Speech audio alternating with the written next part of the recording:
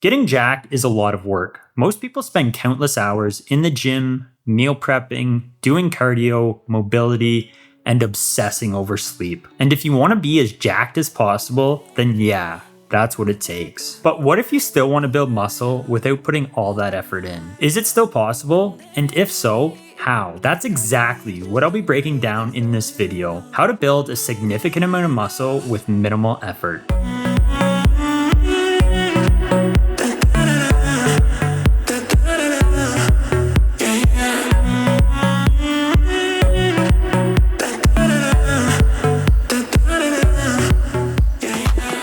Before I get into this video, I just want to make a little disclaimer that what I'm going to say in it is not for optimal muscle growth. If you want to watch a video on optimal muscle growth, watch any one of my other videos and I'll talk about just that. However, that said, if you don't want to put a whole lot of effort into bodybuilding and you don't really care about optimal muscle growth, then this will get you the best bang for your buck. Since you don't want to put in a maximum amount of effort into getting jacked, then the effort that you do put in needs to be into one of these three areas. This is because they're going to have the biggest return on investment and actually get you the most amount of results for the least amount of effort. These three areas are: one, training. If you don't train, you're never going to build any muscle. So you need to make sure that you train. I'll talk about how to do this efficiently in the next part. The second thing that you need to be doing is eating a proper diet. I'm also going to be diving deeper into this in another point on how to do this efficiently without putting a whole lot of effort into it. And the last one is recovery. If you're not recovering properly, that is going to greatly inhibit how much muscle that you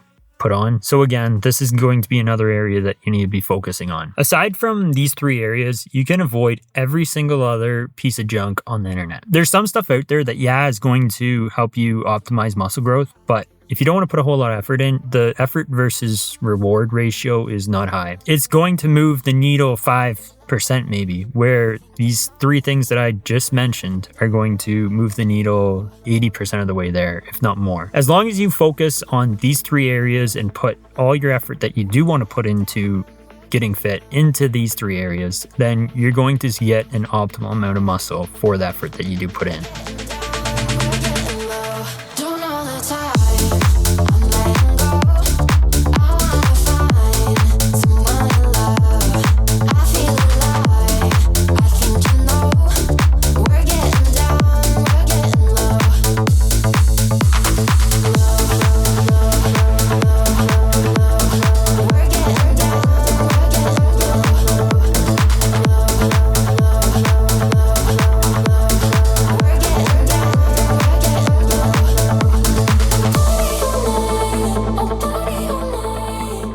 Before I get into the next point, I want to let you guys know about my free fitness accountability group on Discord. I understand that going to the gym consistently is probably hard for you, and that's exactly why I built this group. It's just a group of guys who are looking to increase their fitness and hold each other accountable. So if that's of interest to you, I'll drop the link for that down in the description of this video. It's completely free. I would love to have you there. The next point is the ideal frequency for hitting the gym. So if I'm being completely honest with you, you can go to the gym twice per week or even once per week and see some results. However, the results that you do see won't match up with the effort that you put in. That's why I recommend doing a 3-day per week program. Yeah, you're going to have to put a little more effort and go an extra day to the gym, but the return on investment you're going to get from that extra day is going to be substantial. Now, the routine that I would follow if you want to work out 3 days per week, or even 2 or 1, is the full body routine. This is because it's going to allow you to hit your muscles frequently enough to see some results. For instance, let's take a 2-day per week program. If someone were to do like an upper lower split, they're only hitting each muscle group once per week. Where if you're doing a full body routine, then you're hitting each muscle group 2 times per week. Or in the case of a 3-day per week program, 3 days per week, which is going to be enough frequency to drive muscle growth. Just make sure when you're doing full body, you take a day off in between each workout. So if you work out Monday, don't work out till Wednesday again. This is going to allow you to recover properly. The next point is to skip your cardio. Now, I'm going to preface this point by saying I 100% recommend doing cardio. I definitely think that it should be in your workout routine. I think that it's amazing for your general health and for your cardiovascular health. However, I also realize that if you're lazy, you probably don't want to be spending hours in the gym. And if I tell you to do weight training and cardio, you're more likely just to give up completely and not do any exercise than to do both of them. So knowing that, and knowing that your goal is to build an aesthetic physique, cardio isn't required to do that. And weight training and not doing cardio is still better than doing nothing. If you want to build an aesthetic physique, the goal is to build a shit ton of muscle and have very little body fat.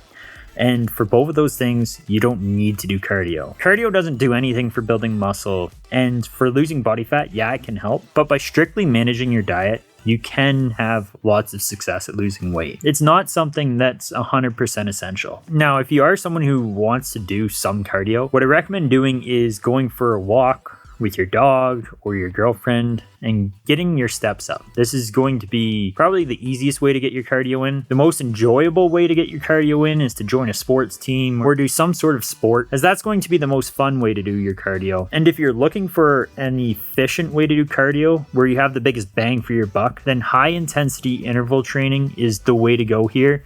Now, one caveat to that is it's going to be hard on your nervous system and recovery. And it's not something that I recommend doing more than 1 to 2 times per week alongside weight training. So just keep that in mind. Only do it on a day where you don't have enough time to go for a walk or something, as that's going to be a lot easier on recovery. But if you have very limited amount of time and you want to get cardio in, then HIIT is the way to go. Just make sure you're not doing it more than, like I said, 2 times per week. Now, I think it's safe to assume that you don't want to spend hours in the gym. And if this is you, then the best thing that you can do is compound lifts. These are going to work out multiple muscle groups at a time, which is going to make it a lot more efficient. This is also going to build up a ton of strength and a ton of muscle. The other thing that you want to make sure you're doing is giving extra focus to aesthetic muscles like your delts or your arms. For these, you want to hit them with a little more volume. You can do this through isolation exercises. Since you're on a 3-day per week program, I'd add in probably 2 per week for each of these muscles that you want to build up. If you do more, great, but at a minimum, that's what I would do, just so you're hitting them with enough frequency. To keep workouts efficient, you really only need a rest for 1.5 minutes to 2 minutes. If you're doing like a compound lift that's very heavy, then I'd go the 3-minute mark. However, if you're doing an isolation exercise on a small muscle group, then you can get away with 1 minute. Another thing you want to keep in mind for your workouts is warm-ups. And for this, I do a general warm-up on like a treadmill or something, and then do a few dynamic stretches where you put your joints through a full range of motion, like arm swings or hip cars or stuff like that. And then when it comes to your first few exercises, you want to do warm-up sets. So for instance, today on the bench, before I put 185 pounds on the bar, I did one warm-up set with just the bar. I did another warm-up set with 50% of my working weight, so around 95 pounds. And then I did a third set with 75% of my working weight, so I did 140 pounds there. This way, you're not hammering your muscles right away. You're giving them a chance to warm up and get ready to actually lift the heavy weight that you're about to put on them.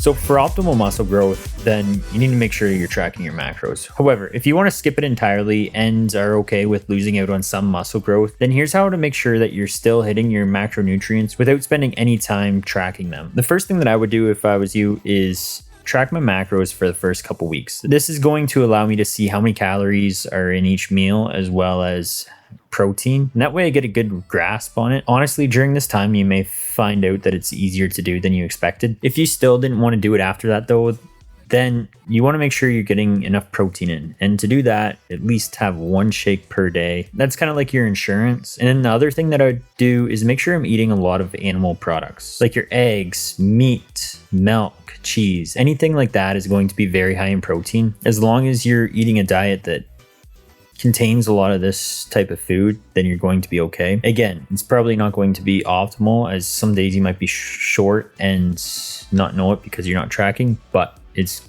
going to be better than nothing. If you're someone who wants to lose weight, then what I'd do is have a coffee in the morning. This is going to suppress your appetite, and then fast till lunchtime. At lunchtime, you can start eating, but if you're not tracking your macros, I'd kind of like try and stay hungry. That way you know for sure that you're in a caloric deficit, and keep your portion sizes a little bit smaller. However, if you're bulking and wanting to put on weight, then what I do is make sure that I eat 3 full meals a day. You don't want to be skipping breakfast. You want to have a big breakfast, big lunch, and big dinner, and then snack throughout the day. As long as you have those 3 meals and snack, you're going to be in a caloric surplus. The goal here is to make sure that you're never hungry, basically. Honestly, cooking all these meals might take a lot of time for you, and if you're lazy, you probably won't want to do that. So you can either go to restaurants, or there's meal services like Factor and HelloFresh that basically bring meals to your door, and then you can store them in your freezer. And with these services, you can get ones that are like high in protein and stuff. So it's a good option if you don't want to cook. Now, you can put on all this muscle and still not look good. And that's why I made this video right here on how to instantly look more aesthetic. So I definitely recommend checking that out. Don't forget to join my free fitness accountability group in the description of this video, and don't forget to click subscribe.